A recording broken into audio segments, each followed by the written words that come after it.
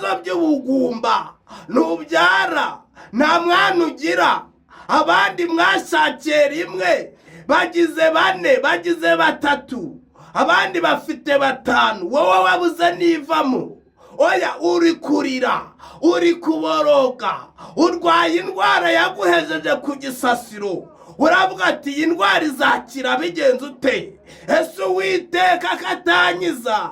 Reka nkubwire ngo Uwiteka ariyururukiye.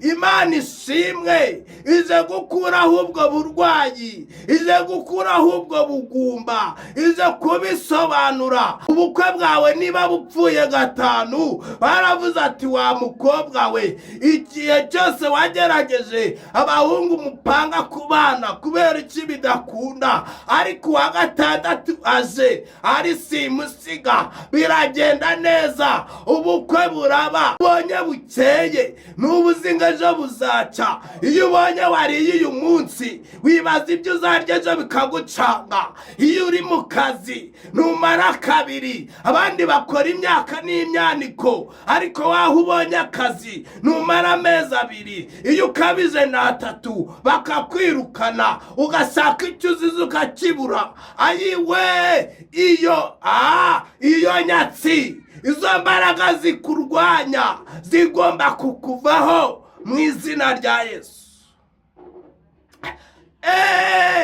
Uwari upfuye arazuka. Jya kuvuga kuzuka. Hari ibyawe bigiye kuzuka, hari urushako rwawe rugiye kuzuka, hari bizinesi yawe igiye kuzuka, nibyo waracuruza urahomba, ariko ubu ugiye kunguka. Abakiriya bagiye kuza bisukiranya. Ndakubwiza ukuri, ahubwo nudashaka abakozi ngo bagufashe kwakira abakiriya, ndakurahiye kuko hari imirongo igiye gutonda, batonda imirongo. Kubera iki? Ibyari bipfuye birazutse. Ukeneye guhura n'umuhanuzi, watura ibitangaza bigakoreka. Hari abahanuzi batice bagura, batabanza gusenga ngo bamara amasaha 40 ingahe basenga, ategeka gusa. Eri wibuka yabwiye Hana, aramubwira ati Uwiteka aguha icyo wasabye. Hana yari amaze igihe asengera umwana, yari amaze igihe asenga ari ingumba, Penina mukina ku mubyimba, ariko igitangaza kirakoreka. Akimara kumwatura ijambo ati genda Uwiteka aguha ibyo wamusabye, icyakuzanye. Nuko Uwiteka agira gute? Ahita abikorera kwiyubahisha. Iryo joro Hana asama inda y'umuhungu. Kubera iki? Hari itegeko ry'umuhanuzi, hari ibyo yategetse, muze tubategekera. Ariko oya, wikwirwanirira, haguruka, duhari ku bwanyu. N'amavu Imana idushizeho, hari imbaraga iduhaye, hari amavuta iduhaye, hari impano iduhaye zigiye zitandukanye ngo tubafashe. Uririrwa uvunika kubera iki? Abakozi b'Imana ko bahari, bahamagariwe uwo murimo, bawusigiwe, uravunwa n'iki? Tera intambwe. Nahi TV, umuyoboro wizewe kandi w'ukuri. Nta handi rero wakurikirana ibiganiro byuzuye kandi birimo ukuri kuzuye 100% atari kuri Dana. Baje kwasuza abakunzi ba Dr. Apostle Nkunda wose Happy Mumine Danahi TV aho muri hose. Ni iby'agaciro kuri twebwe kuba tubafite muhorana natwe kandi mukurikirana ibiganiro tugenda tubagezaho uko bwije uko bukeye. Amahoro y'Imana abane namwe. Hanyuma abatarakora subscribe bayikore, mukande kukazogera kugira ngo notification zose zijye zibageraho. Mukore commentaire, mukore like, ndetse abakoresha ururimi rw'igifaransa bakande kuri s'abonner kugira ngo ibiganiro dukora bijye bibageraho uko bwije uko bukeye. Imana y'amahoro ibahe umugisha, ibashigikire, ibiteho, kandi ukuboko k'Uwiteka kugumye kubomeho mu byo mukora byose.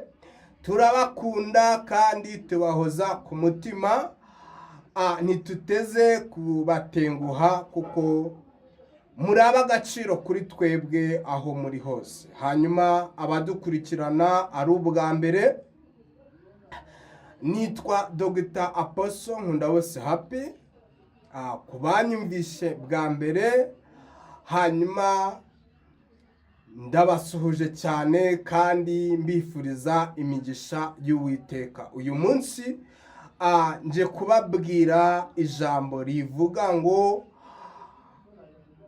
nonaha byuka, nonaha ba muzima, nonaha va va aho ngaho waruri,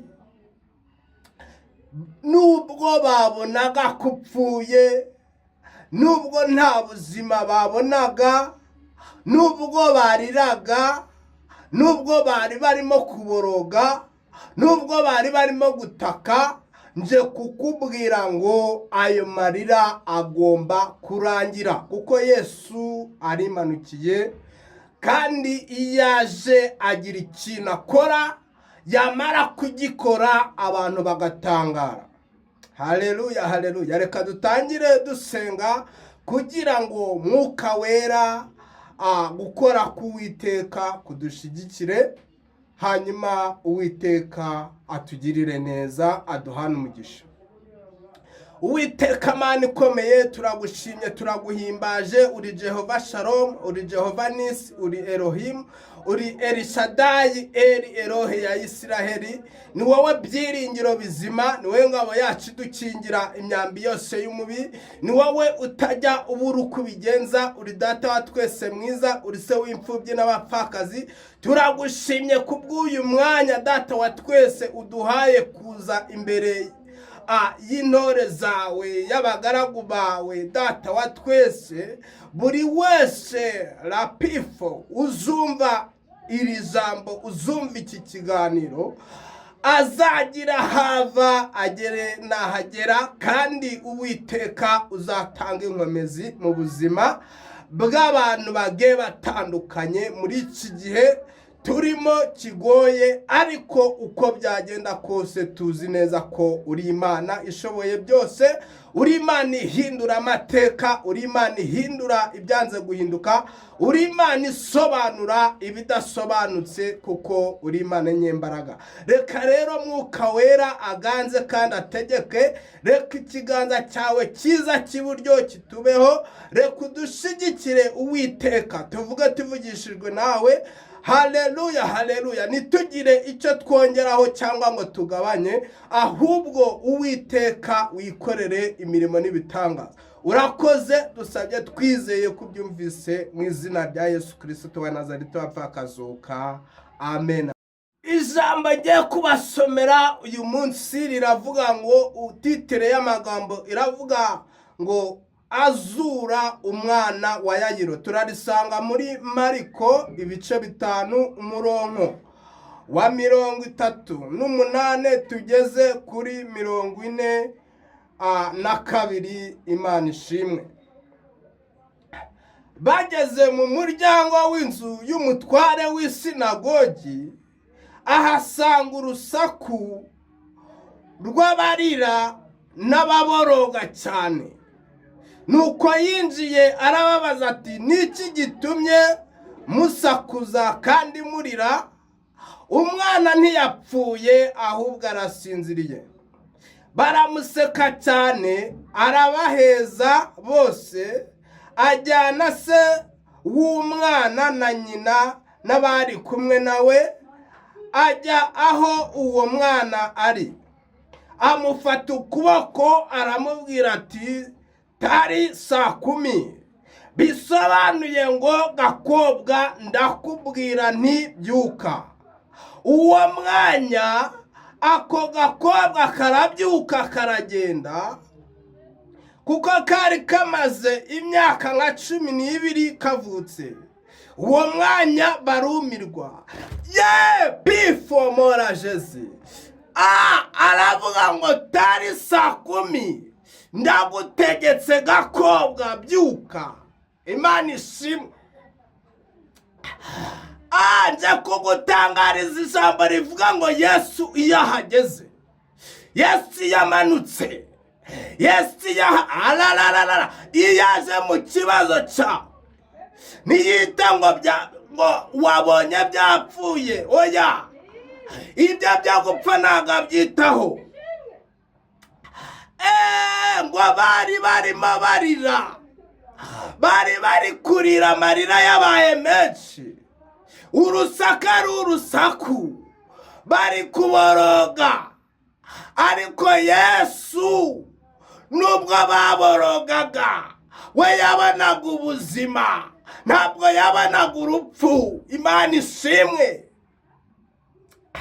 Bivuze iki? Uko byagenda kose, warira, waboroga, wataka kubera ibibazo ufite, Yesu niwe gisubizo. Iyo amanutse arabirangiza, iyo amanutse arabisobanura ngo nuko ahageze. Reka Yesu ahagere, hagere mu kibazo cyawe, hagere mu bibazo ufite bigiye bitandukanye, akoreho. Ngarambura ukuboko uwari upfuye, aramubwira ngo tari saa 10 gakobwa ndagutegetse byuka. Hari itegeko Yesu ategeka, ibyari bipfuye bikazuka. Ayiwe, umva Yesu yahageze birasobanuka. Imana ishimwe. Ngo abari bikoreye ikiriba, ayiwe, ntabwo babonaga ubuzima. Abari aho ngaho babona umwana ari aho ngaho baboroga barira, bavuga ati umwana byarangiye. Ntabwo bumvaga ko ari bubone ubuzima. Imana ishimwe. Iyo byanutse niho Yesu yururuka. Iyo byanutse Imana nibwiza mu kibazo cyawe. Ntabwo ikina finali. Oya, ahubwo ntabwo ikina mwijonjora, ahubwo iza muri finali. Imana ishimwe. Aho bari bishwe n'agahinda, aho bari barira, bari gutekereza uburyo bari bushingure, Imana ishimwe, Yesu arahagera. Aravuga ati uyu mwana ntagupfa ndi kubona, ahubwo arasinziriye. Ngo baramuseka. Ayiwe, niyo baseka, oya, ibibazo bijya bigira iherezo. Ikigira itangiriro kigira n'iherezo.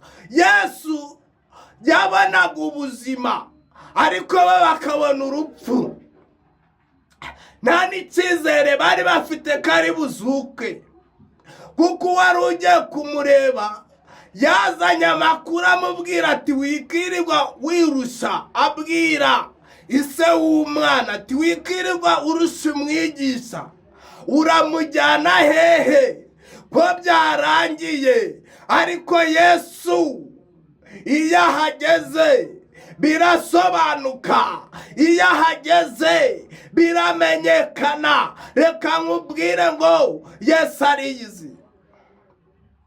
Umwana, haleluya, ngo yari amaze imyaka nka 12 avutse, yari akiri mutoya. Ababyeyi be bari bakimukunze. Muri make yaragezweho. Reka mbivuga gutyo, kuba afite abana barumva uburyo umwana w'imyaka 12 aba ameze, abageze mu kigero cyiza, ku buryo umureba ukamwishimira, ubutangiye kumutuma, abatangiye gukora imirimo igiye itandukanye. Uwo mwana, haleluya, Imana ishimwe. Nuko bo mu gihe bari batangiye guseka, bari mu byishimo, ayiwe, urupfu ruraza.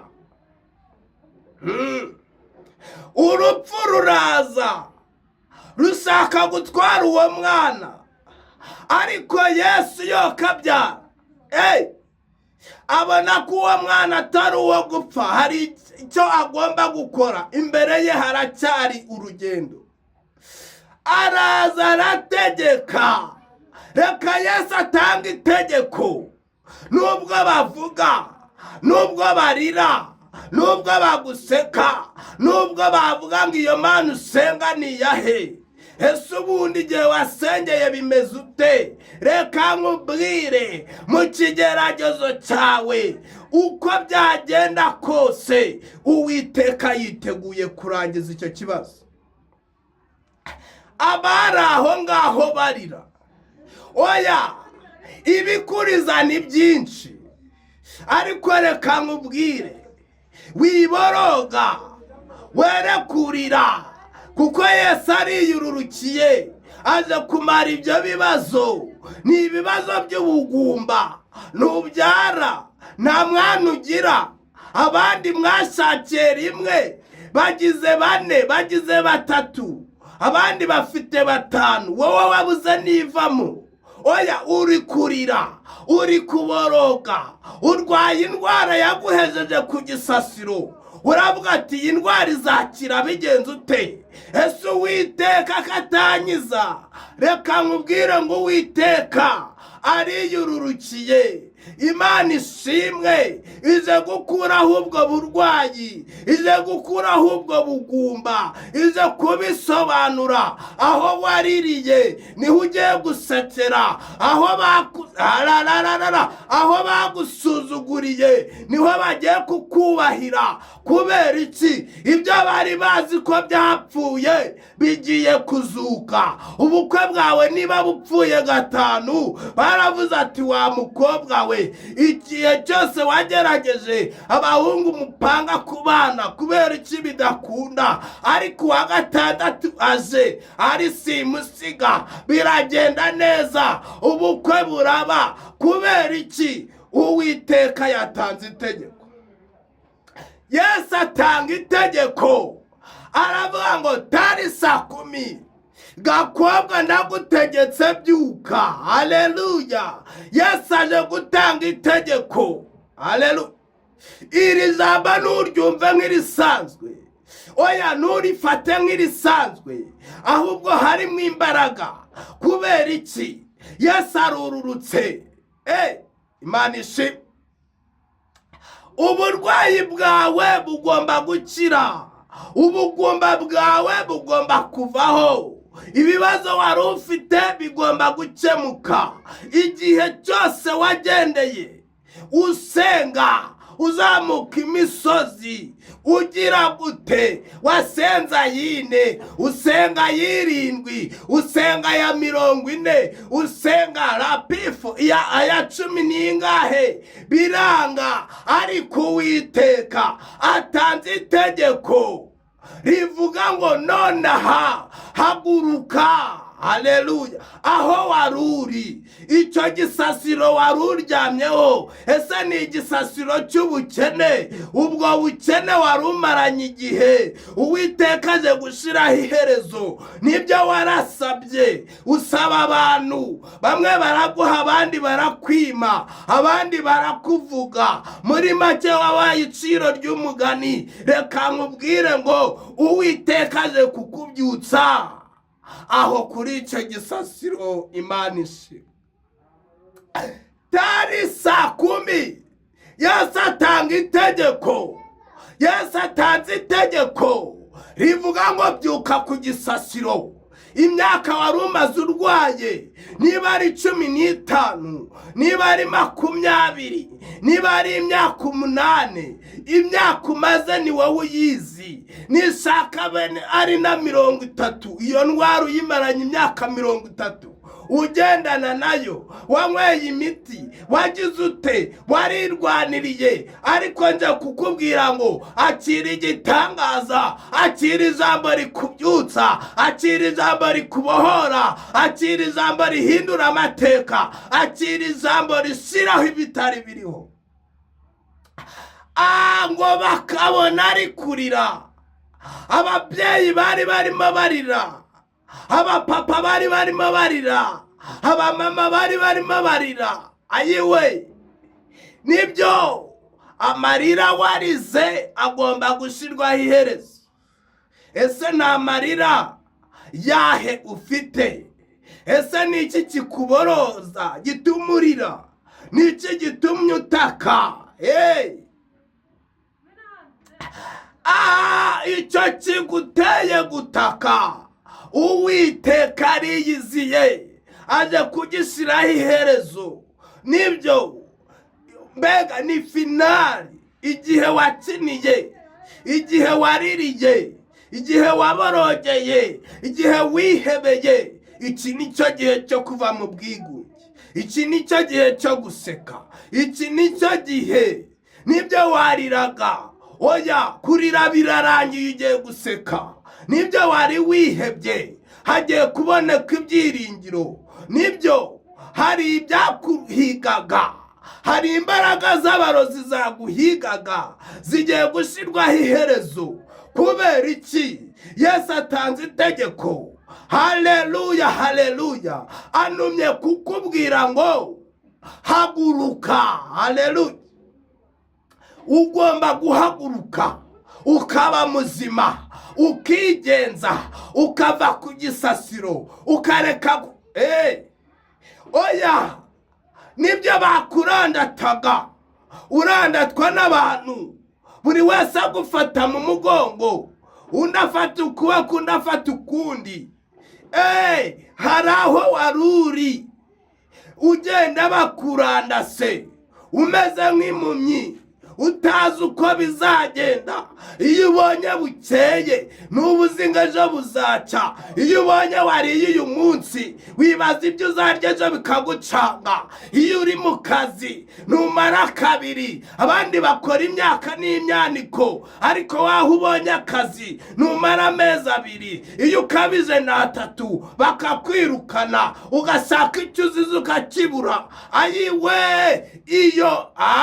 iyo nyatsi, izo mbaraga zikurwanya zigomba kukuvaho mu izina rya Yesu.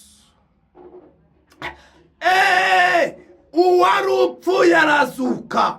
Jya kuvuga kuzuka. Hari ibyawe bigiye kuzuka. Hari urushako rwawe rugiye kuzuka. Hari bizinesi yawe igiye kuzuka. Nibyo waracuruza urahomba, ariko ubu ugiye kunguka. Abakiriya bagiye kuza bisukiranya. Ndakubwiza ukuri, ahubwo nudashaka abakozi ngo bagufashe kwakira abakiriya, ndakurahiye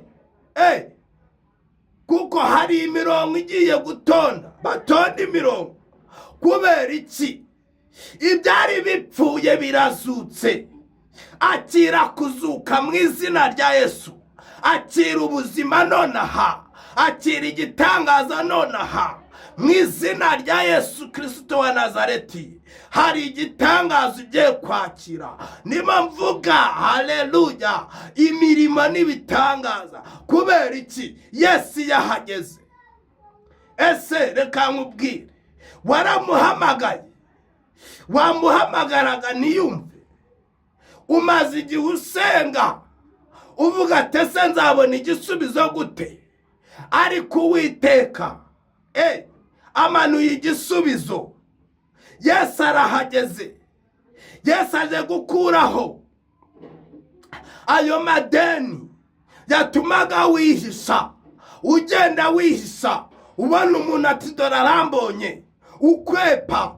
Inzira warazimuye, karitsiye ntukiyinyuramo, usigaye ujya guca mu bishanga na hehe hose ukikira, vuga ati nahura n'uwo ndi mu ideni akanyishyuza. Ariko reka nkubwire, iryo deni rirarangiye. Kubera iki? Yesu abonye imiruho yawe, abonye uko kuzenguruka kwawe, abonye aho wirirwaga ukatira ucengana n'umuntu kubera ideni.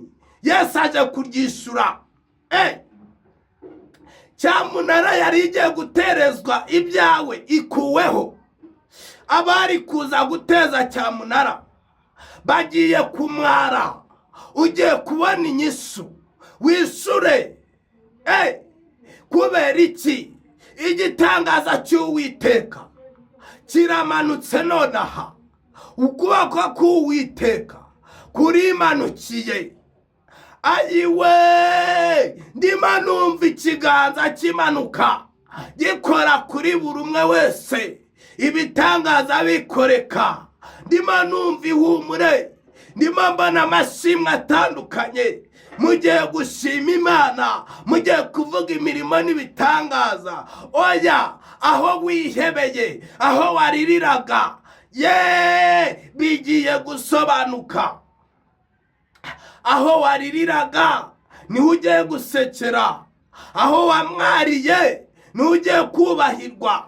Ayiwe, abakuvugaga bagiye guhindura amagambo, abatari bakuzi bagiye gusobanukirwa uwuriwe.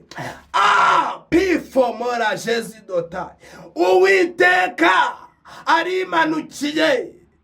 Zuka, zuka, va aho ngaho waruri, va kuri icyo gisasiro cy'uburwayi, va kuri icyo gisasiro cy'ubugumba.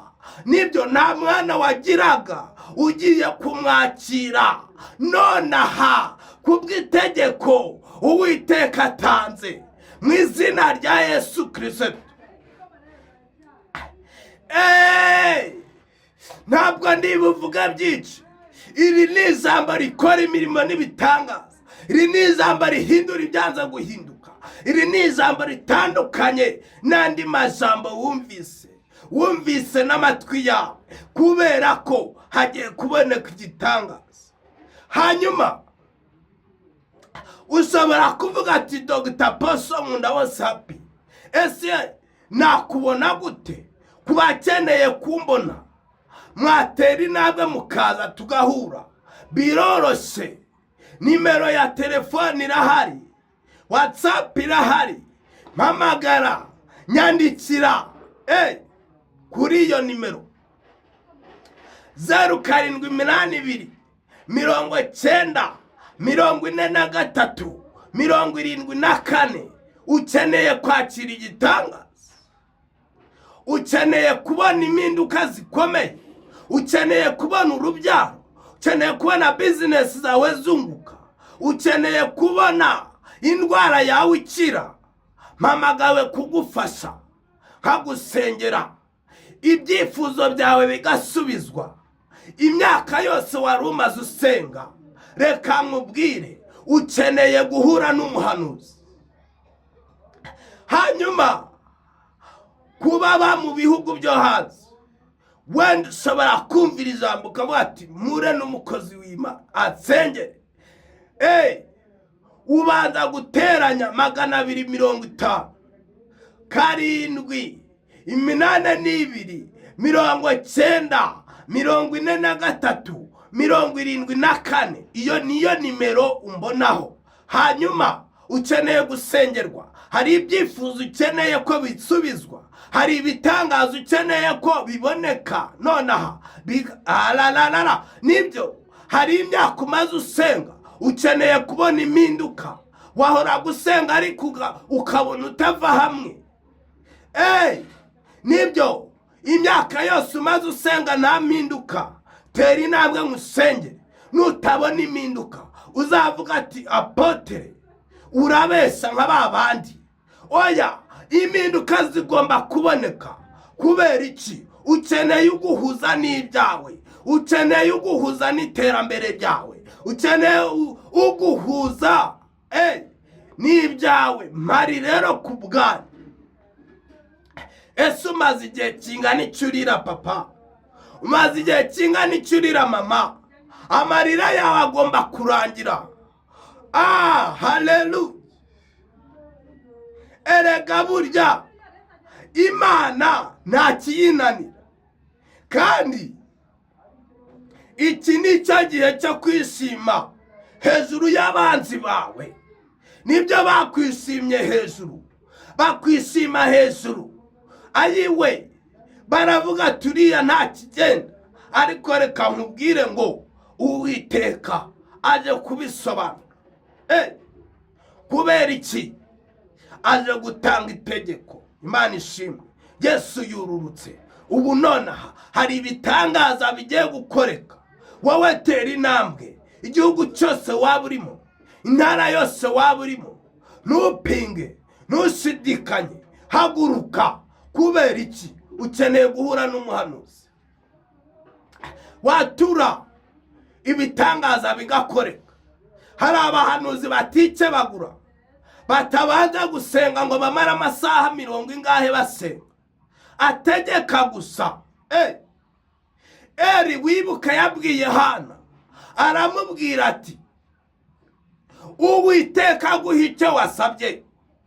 Hana yari amaze igihe asengera umwana, yari amaze igihe asenga ari ingumba, Penina mukina ku mubyimba, ariko igitangaza kirakoreka. Akimara kumwatura ijambo ati genda Uwiteka guha ibyo wamusabye, icyakuzanye. Nuko Uwiteka agira gute? Ahita abikorera kwiyubahisha. Iryo joro Hana asama inda y'umuhungu. Kubera iki? Hari itegeko ry'umuhanuzi, hari ibyo yategetse. Muze tubategekera ariko oya, wikwirwanirira, haguruka, duhari ku bwanyu. Niyo mpamvu Imana idushizeho. Hari imbaraga iduhaye, hari amavuta iduhaye, hari impano iduhaye zigiye zitandukanye ngo tubafashe. Uririrwa uvunika kubera iki? Abakozi b'Imana ko bahari, bahamagariwe uwo murimo, bawusigiwe, uravunwa n'iki? Tera intambwe. Ndasojeje. Uwiteka Mana Aburahamu na Isaka na Yakobo, ndagushimye kubw'ibitangazo ugiye gukora kuri buri umwe wese uzahaguruka akaza nkamusengera. Nyiringabo Imana, ndagushimye kubwo ibitangaza bikomeye. Ndagushimye ko ibyari bipfuye bigiye kuzuka ku bantu bagiye batandukanye. Ndagushimye ko aya marira ndi kubona abantu bariraga arangiye. Ndagushimye ko ibitangaza bigiye kuboneka mu izina rya Yesu Kristo wa Nazareti. Urakoze Nyagora ku ngoma. Bana natwe dushigikire buri umwe wese uzumva iki kiganiro. Imbaraga zikomeye, ibitangaza bikomeye bizamanukire ku buzima bwe. Urakoze, watangiranye natwe, usozanyije natwe. Izina ryawe rishirwe hejuru mu izina rya Yesu Kristo wa Nazareti wapfuye akazuka. Dusabye twizeye kubyumvise kandi bikoze. Amen, amen.